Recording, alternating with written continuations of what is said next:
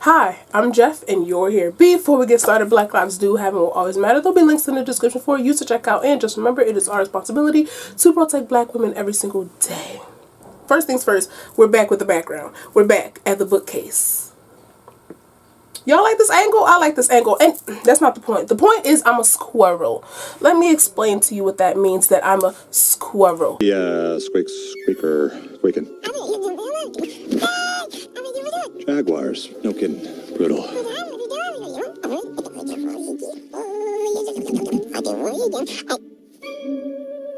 As you can see, this is what month is my June? No, last month. My May book haul. So, let's go. Wearing Puka jeans from Diesel, I'll never need you. This is a sequel. I'm Max Keeble. I'm representing for the black people. Okay, some of these books were gifts by my beautiful best friend, Michelle. Anyway, let's just get to it. First, well, most of my books came from Target. As y'all know, Target or Amazon. Target, Amazon, and Michelle. If it's Target, they will have a sticker, because y'all know I hate taking these stickers off, because I hate when a book's accidentally ripped. If it is a gift, I will say it is a gift, and if it's from Amazon, there will be no sticker on it, because Amazon is, they know, they don't pay their workers enough, but at least my books come in. That sounds really insensitive. I'm sorry. I was really joking, y'all. I'm sorry. Anyway, first book. This is, ooh, child, what's the name? Gilead. There is a balm in Gilead. There is a balm in Gilead. Anyway, by Marilyn Robinson. This, I saw another one of the books. It's a series, right? I saw like the other two and I was like, okay, well, I think this is a series, and so I ended up finding the first one. I'm not sure that I'm gonna like it, just because it's giving romance, but it's also kind of giving literary fiction, so I am hopeful. So now let me just tell you about it, and then I'm gonna tell you about it, and then y'all can tell me if you think I'll like it. This is about Reverend John Ames, who writes a letter to his son in 1956. He is the son of an Iowa preacher and the grandson of a minister who saw a vision of Christ bound in chains and who went west to fight the abolition. He went to Kansas. There wasn't a fight for abolition in Kansas? Probably. Anyway, Ames, he preached men into the Civil War, and then he became a chaplain of the Union Army, losing his right eye in battle. Reverend Ames writes about the tensions between his father, who was a pacifist, and his grandfather, who fought in wars. Maybe relics. He writes about the tension between his father and his grandfather. Anyway, he tells the story of the sacred bonds between fathers and sons, bonds that have been tested in his tender but strained relationship with his namesake, John Ames Bolton, his best friend's son. This is the tale of a remarkable vision, not of a corporal vision of God, but the vision of life as a wondrously strange creation. It tells how wisdom was forged into Ames' soul during his solitary life, and how history lives through generations, pervasively present even when betrayed and forgotten. I'm tripping or what?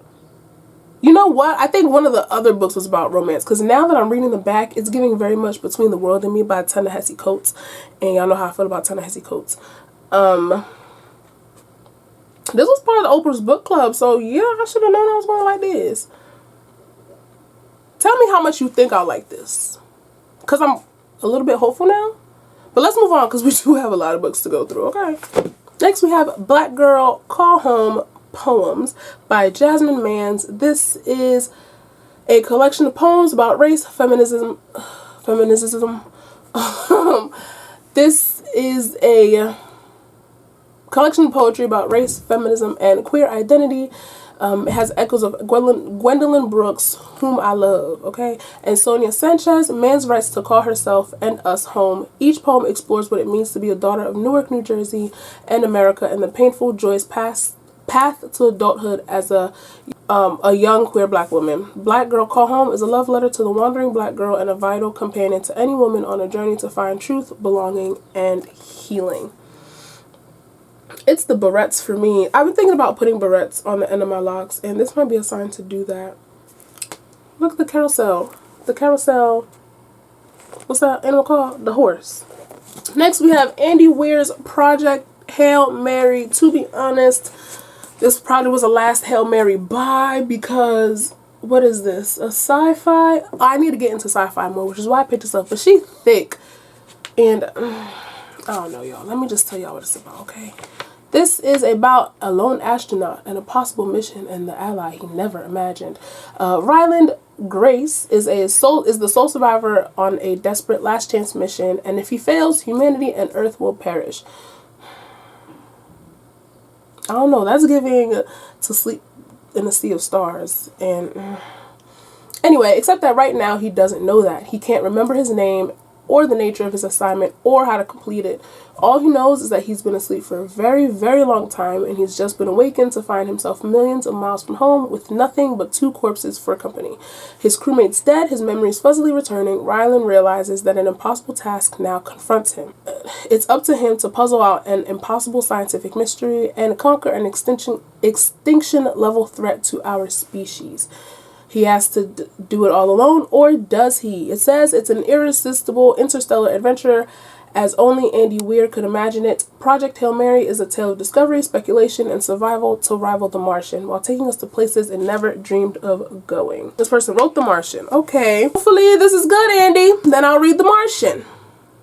Let's move on. Next, we have The Underground Railroad, a novel by Colson Whitehead. I love this. This paint style, I love. Moving on, this is about Cora. She's a young slave on a cotton plantation in Georgia. She is on the cusp of womanhood. Caesar's a slave who arrived from Virginia, and he urges her to join him on the Underground Railroad. And so she's like, all right, let's go. Because, you know, the people she was already with, they already weren't really, you know, feeling the girl. So she said, let's go. Okay, fine. Now, the Underground Railroad is not a metaphor. Engineers and what is no mere metaphor. Engineers and conductors.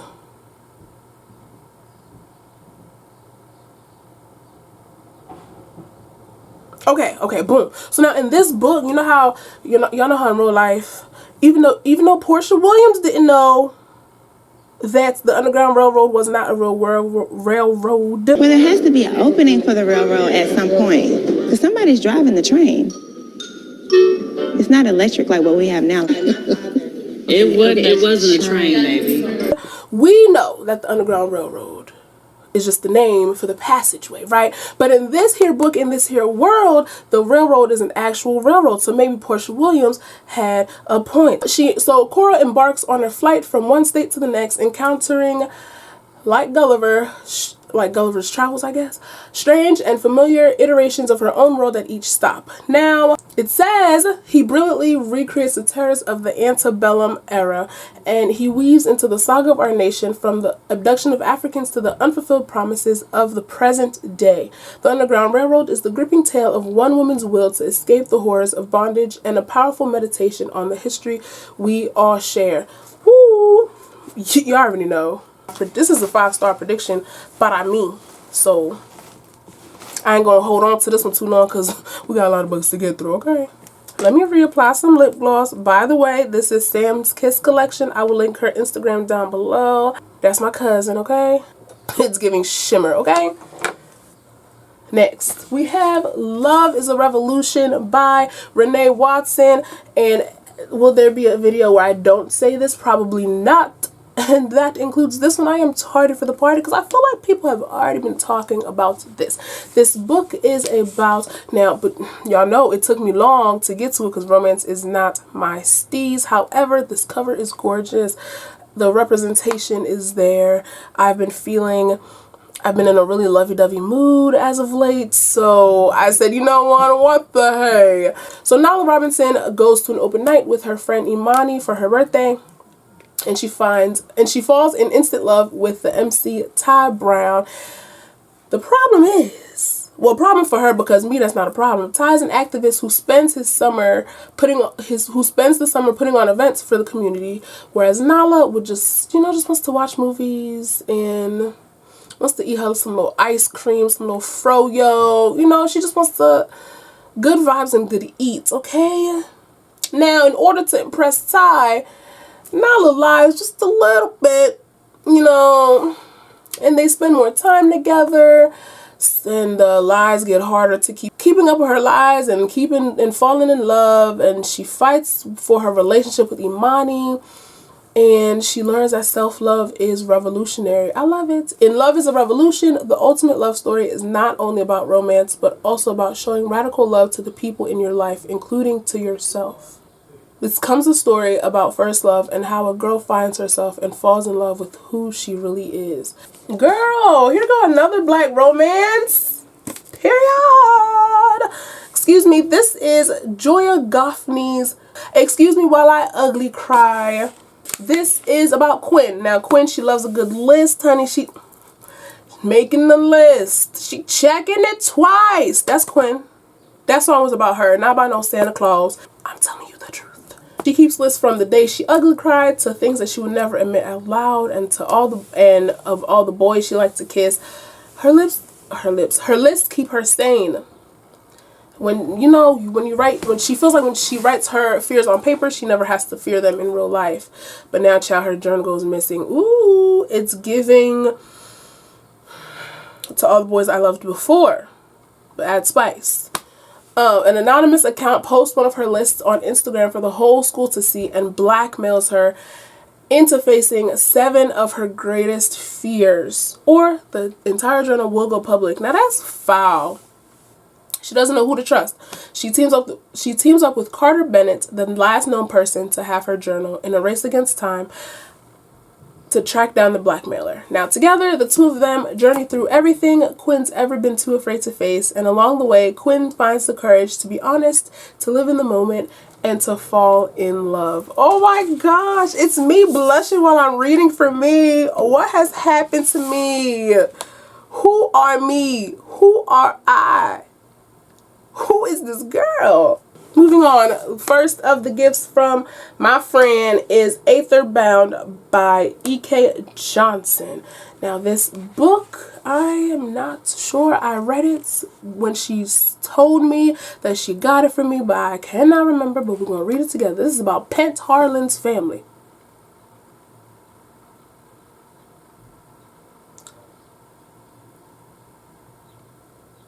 Oh, okay. So Pent Harlan has an undesirable mutation, and her family lives on a cruiser, like a little cruise ship, but like in the air.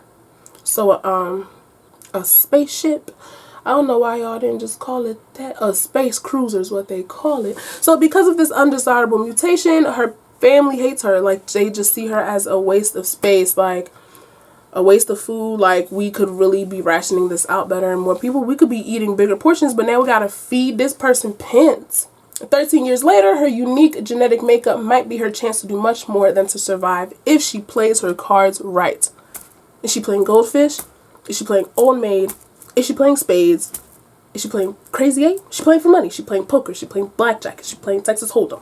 If she plays her cards right, what card game? Moving on. Now, during a routine spot at a space dock, Pent escapes. A one-way escape plan. She said, "I'm not coming back. I'd rather die than come back to people who don't want me." Which is, period. That is a life lesson. Okay? While on the run, she forms a bond with the teenage heirs of a powerful family. This family runs a space station. This is giving me, okay, LeVar Burton, all of that.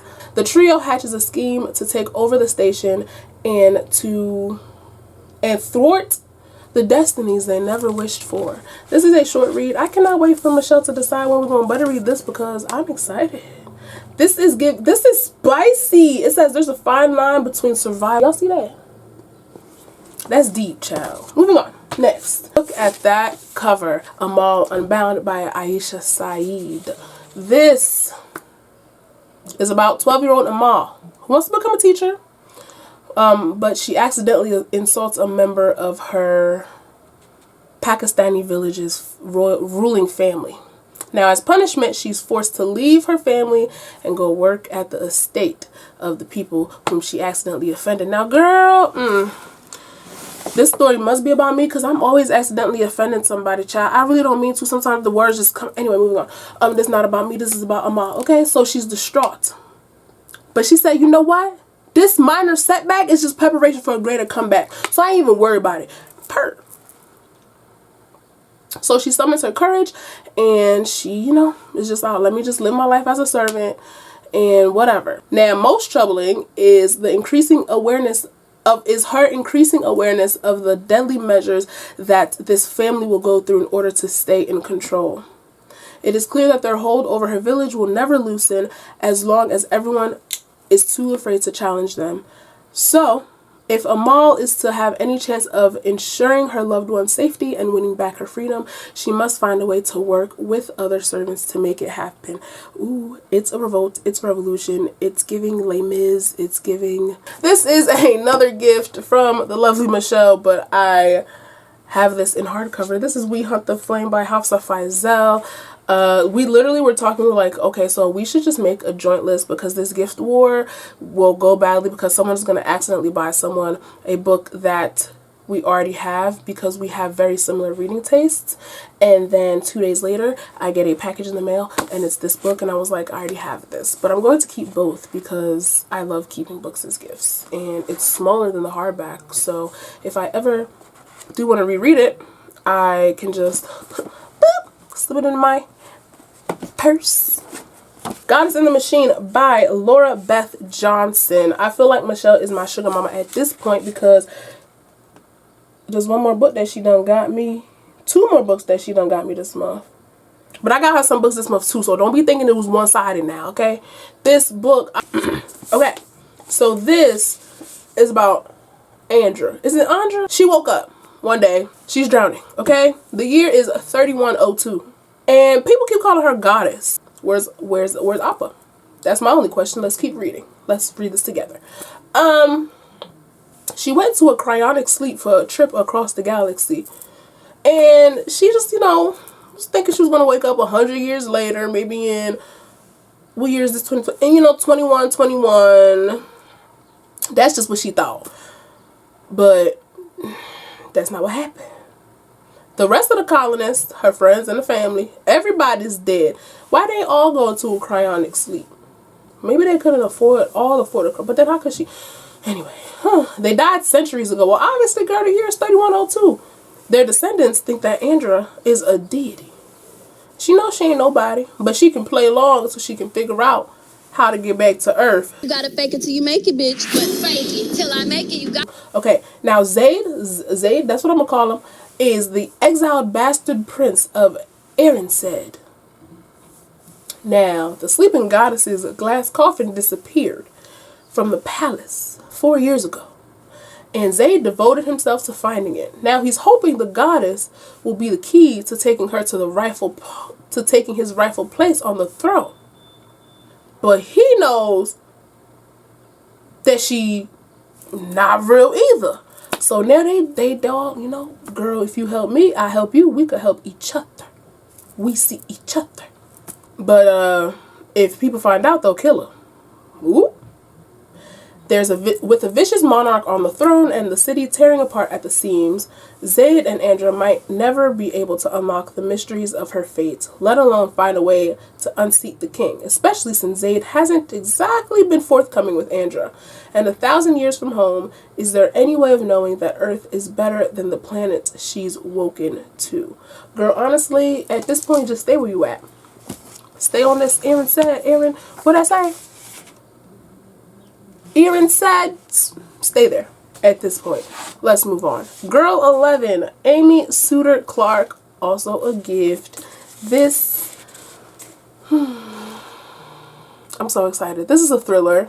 I didn't really talk about thrillers. All of these have been. This is about El Castillo, who once trained as a social worker supporting young victims of violent crime.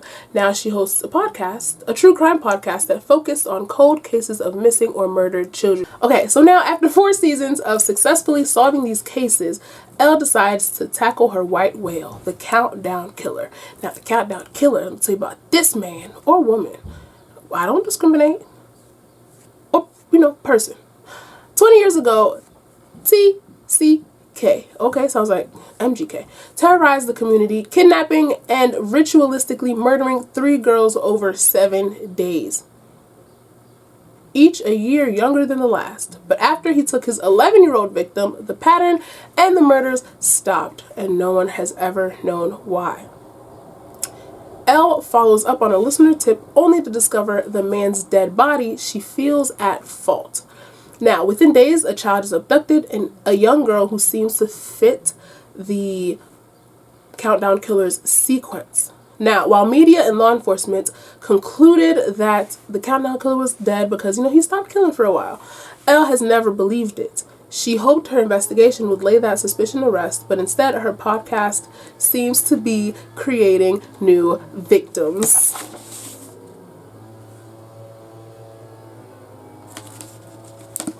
I'm so excited about this.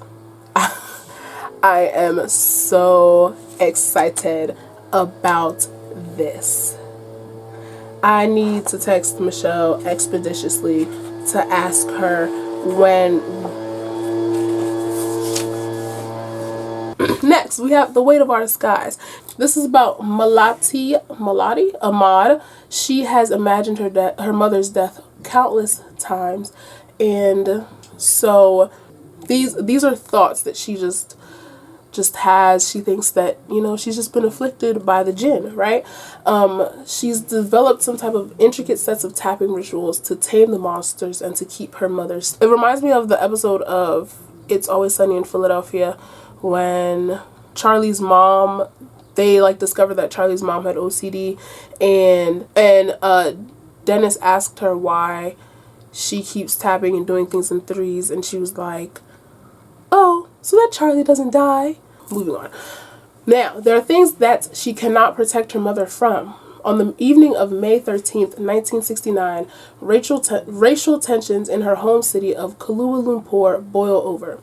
The Chinese and Malays, the Chinese and the Malays are at war, and Mel and her mother become separated by a city in flames.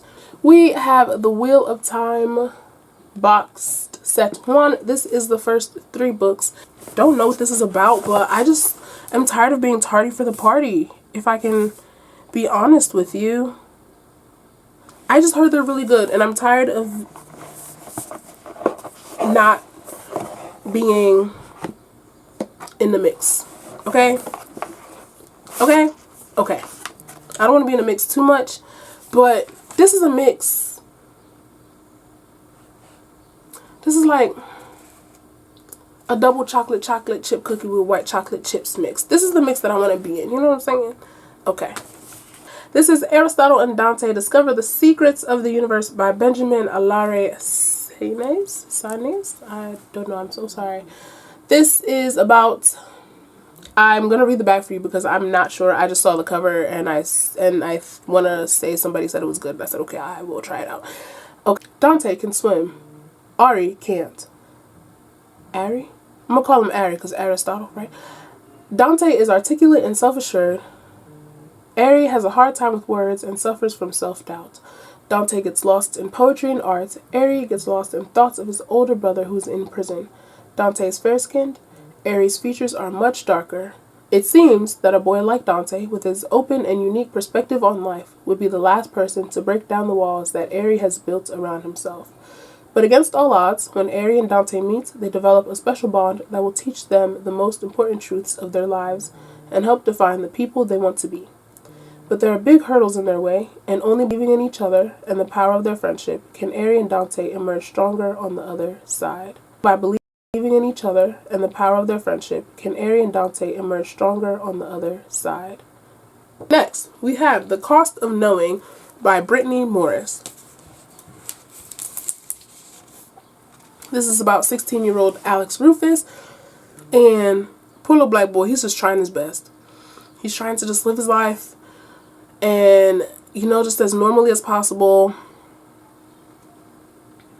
Just trying to go to school, just trying to graduate, love his little girlfriend, go a little work, make his little $7.25. But here's a problem. Every time he touches an object or a person, he sees into the future. When he touches a scoop, because he wears a little ice cream parlor, he has a vision of him using it to scoop ice cream. When he touches his car, he sees it totaled and underwater years from now because he can see the future. When he touches Talia, his girlfriend, he sees them on the brink of breaking up, and that scares him because he really loves a little girlfriend. His visions are a curse. They're distracting him. They make him anxious and unable to live an ordinary life. One day, he touches a picture of his brother, and he has a vision of his brother's imminent death. And now Alex is in a race against death, time, and circumstances. He and Isaiah must grapple with their past, their future, and what it means to be a young black man in America in the present.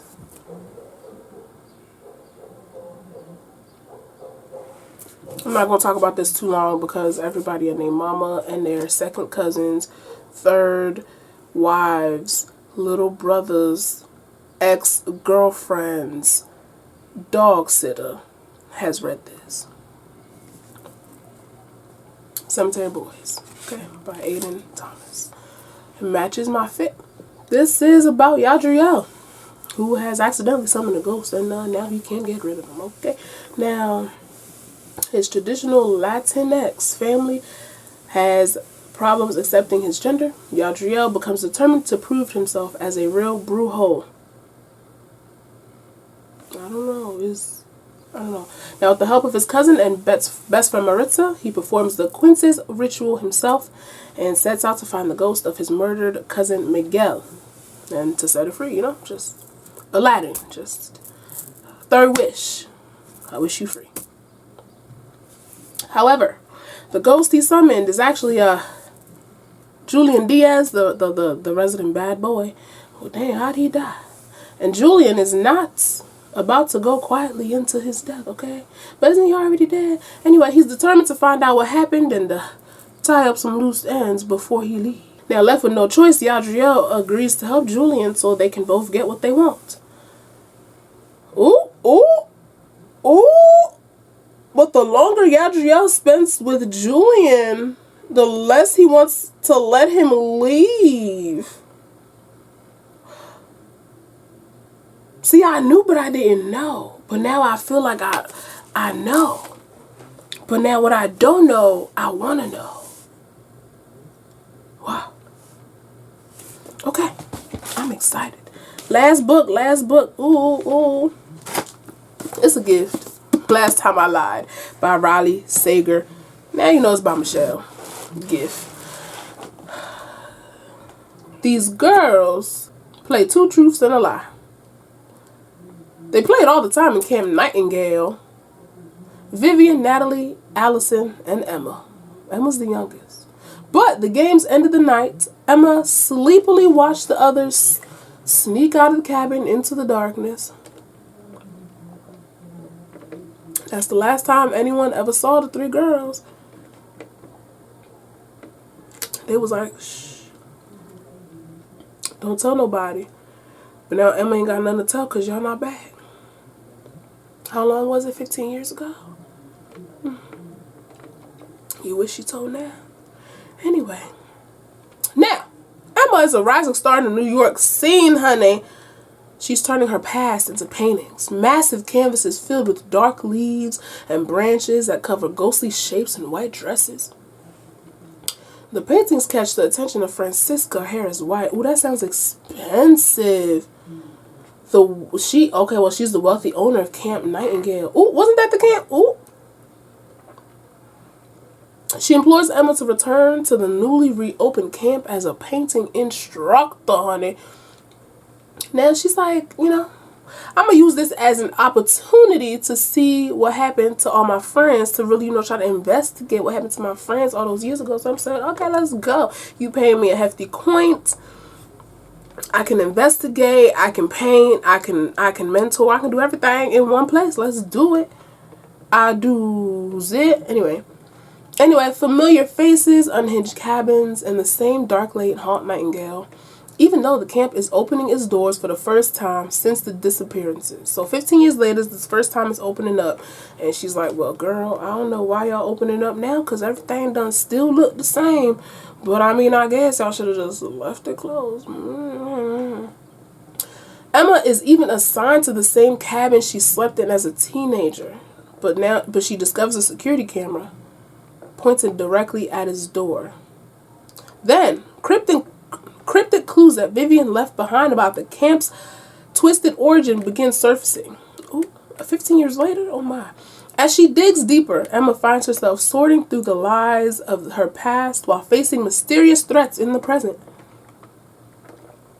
And the closer she gets to the truth and what really happened to her friends, the truth about the camp and what really happened to her friends, she realizes that closure can come at a deadly price. Now, y'all know Riley Sager.